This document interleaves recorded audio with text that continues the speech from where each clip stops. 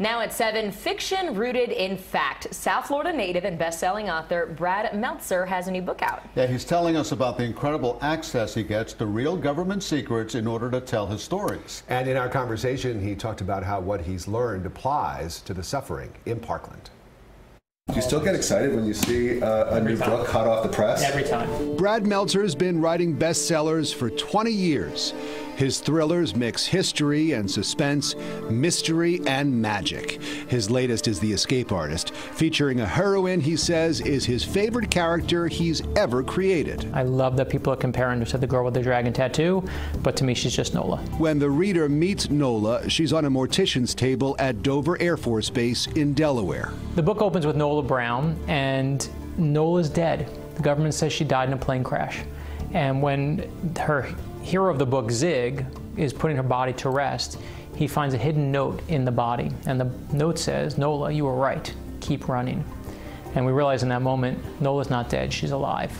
And she's on the run.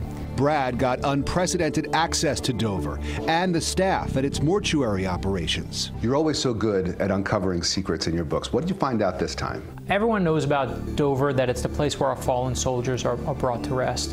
What I didn't know is that it also has the biggest cases. So it has when the space shuttle goes down, when 9/11 happened, that's where the Pentagon victims went. It also has anyone who's on a top secret mission that no one's supposed to know about.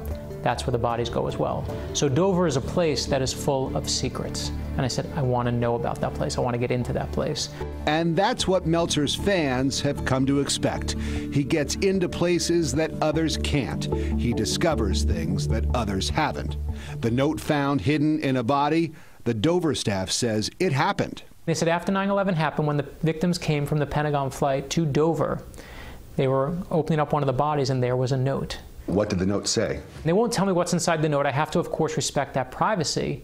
And for the next 3 years, I wrote my book. And now, as he embarks on his nationwide book tour, he can't help but think about events here in his native South Florida.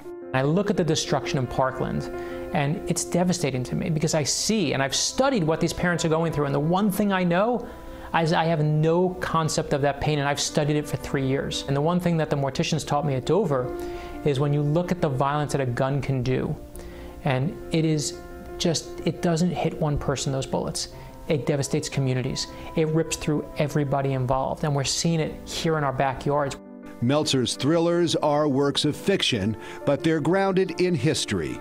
He considers himself an historian. The good news is, when you bring out the worst of our country, you also bring out the best of our country. That is always the way the United States has worked.